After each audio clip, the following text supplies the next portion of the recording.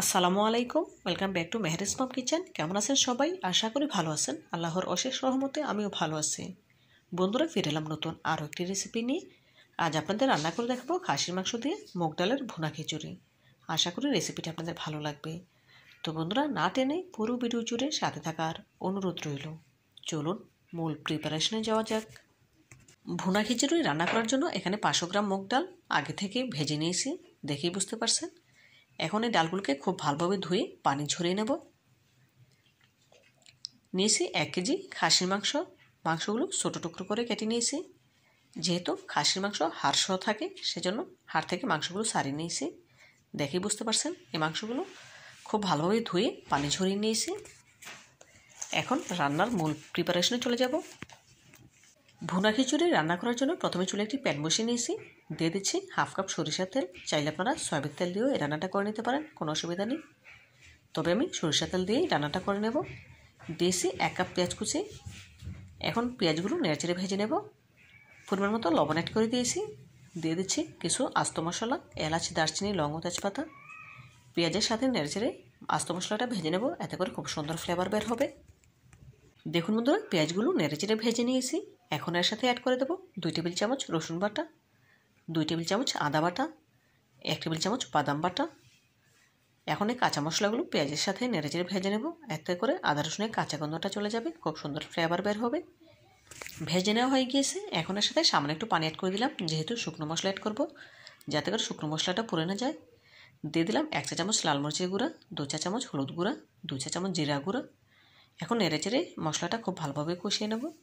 ঝালটা আপনারা আপনাদের স্বাদ মতো দেবেন, যে যেমন ঝাল খেতে পছন্দ করেন সে অনুযায়ী দেওয়ার চেষ্টা করবেন।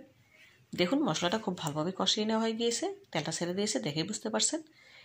এখন এর সাথে অ্যাড করে দিয়েছি খাসির মাংসের টুকরোগুলো, যেগুলো আমি আগে থেকে কেটে ধুয়ে পরিষ্কার করে পানি ঝরিয়ে নিয়েছিলাম। এখন নেড়েচেড়ে মাংসটা খুব ভালোভাবে কষিয়ে নেব। তো বন্ধুরা, ভিডিওর এই পর্যায়ে আপনাদের কাছে ছোট্ট একটি রিকোয়েস্ট রইল, যারা এখনও পর্যন্ত আমার ভিডিওটি দেখছেন একটি লাইক দিতে ভুলে গেছেন, প্লিজ একটি লাইক দিয়ে ভিডিওটি কন্টিনিউ করবেন।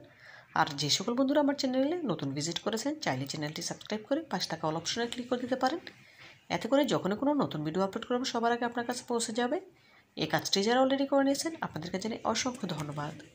ঢাকা তুলে মাংসটা নেড়ে দিয়েছি, আবারও ঢাকা দিয়ে দিয়েছিলাম, এখন ঢাকা তুলে নিচ্ছি। এ পর্যায়ে মাংসটা পুরোপুরি কষিয়ে নেওয়া হয়ে গিয়েছে, দেখে বুঝতে পারছেন। ঝোলটা একদম শুকিয়ে এসেছে। এখন এর সাথে অ্যাড করে দেবো মুগ ডাল, যেটা আমি আগে থেকে খুব ভালোভাবে ধুয়ে পানি ঝরিয়ে নিয়েছি। পানি ঝরানো মুগ ডালটা দিয়ে দিলাম। এখন নেড়েচেড়ে 5 থেকে 6 মিনিটের মতো ডালটা মাংসের সাথে কষিয়ে নেব, এতে করে ডালটা ভালোভাবে সেদ্ধ হবে। যেহেতু চাল সিদ্ধ হতে তেমন একটা সময় লাগে না, ডালটা একটু সময় নেয়, সেজন্য ডালটা আমি আগে দিয়ে দিয়েছি। দেখুন ডালটা যখন ভেজে নেওয়া হয়ে গিয়েছে, এখন এর সাথে অ্যাড করে দিচ্ছি 500 গ্রাম পোলাও চাল, আগে থেকে ধুয়ে পানি ঝরিয়ে নিয়েছিলাম। এখন দিয়ে নেড়েচেড়ে নেব 2 মিনিট। দেখুন 2 মিনিট নেড়েচেড়ে চালটা খুব ভালোভাবে ভেজে নিয়েছি, দেখে বুঝতে পারছেন। এখন এর সাথে ফোটানো পানি অ্যাড করব। ফোটানো পানি অ্যাড করলে খুব সহজেই চালটা সেদ্ধ হয়ে যায়, সময় কম লাগে। দেখুন ঢাকা দিয়ে দিয়েছি। এখন ঢাকা তুলে সামান্য একটু লবণ অ্যাড করে দেব। যেহেতু আমি আগে থেকে লবণ দিয়েছিলাম, সেজন্য লবণটা চেক করে আমি সামান্য একটু লবণ অ্যাড করে দিয়েছি। এখন ঢাকা তুলে ভুনা খিচুড়িটা একটু নেড়ে চেড়ে দেব। আবারও ঢাকা দিয়ে দিয়েছি। দেখুন বন্ধুরা, খুব ভালোভাবে উল্টে পাল্টে নেড়ে নিচ্ছি, যাতে করে সব দিকে সমানে সেদ্ধ হয়। নেড়ে নেওয়া হয়ে গেলে এখন একটু ভুনা খিচুড়িটা চেপে দেব। গ্যাসের ফ্লেম অফ করে দিয়েছি। এখন দমে রাখবো 10 মিনিটের জন্য। ফিরছি 10 মিনিট পর। 10 মিনিট দমে রাখার পর ফিরে এলাম। দেখুন বন্ধুরা, এই পর্যায়ে চাল ডাল খুব ভালোভাবে সেদ্ধ হয়ে গিয়েছে, দেখেই বুঝতে পারছেন। এখন এর সাথে অ্যাড করে দিচ্ছি কিছু ধনেপাতা কুচি, আগে থেকে কয়েকটি কাঁচামরিচ অ্যাড করে দিয়েছিলাম। এখন নেড়েচেড়ে খুব ভালোভাবে মিশিয়ে নিচ্ছি।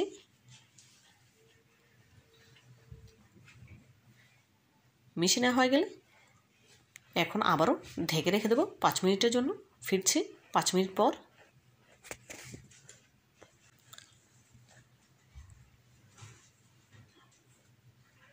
5 মিনিট পর ফিরে এলাম। দেখুন রান্নাটা আমার কমপ্লিট হয়ে গিয়েছে, দেখেই বুঝতে পারছেন। এখন ভুনা খিচুড়ি একটি সার্ভিং ডিশে সার্ভ করে আপনাদের দেখাচ্ছি। দেখুন মাশাআল্লাহ, খিচুড়িটা দেখতে কতটা সুন্দর এবং লোভনীয় লাগছে। দেখতে যতটা সুন্দর হয়েছে, খেতে তার থেকেও অনেক বেশি মজার ছিল। আপনারা একবার হলেও বাসায় ট্রাই করবেন আর খেয়ে আমাকে কমেন্ট করে জানাবেন কেমন হয়েছে। তো বন্ধুরা, আমার এই রেসিপিটি যদি আপনাদের একটু হলেও ভালো লেগে থাকে, প্লিজ লাইক করবেন এবং শেয়ার করবেন। আর আমার চ্যানেলটি সাবস্ক্রাইব করে পাশে থাকা অল অপশনে ক্লিক করে দিতে একদম ভুলবেন না। আজকের মতো বিদায় নিচ্ছি। দেখা হবে নতুন কোনো রেসিপিতে নতুন কোনো দিনে। ভালো থাকবেন সবাই, আর আমার জন্য দোয়া করবেন যেন এরকম নতুন নতুন রেসিপি নিয়ে আপনাদের সামনে হাজির হতে পারি। আল্লাহ হাফেজ।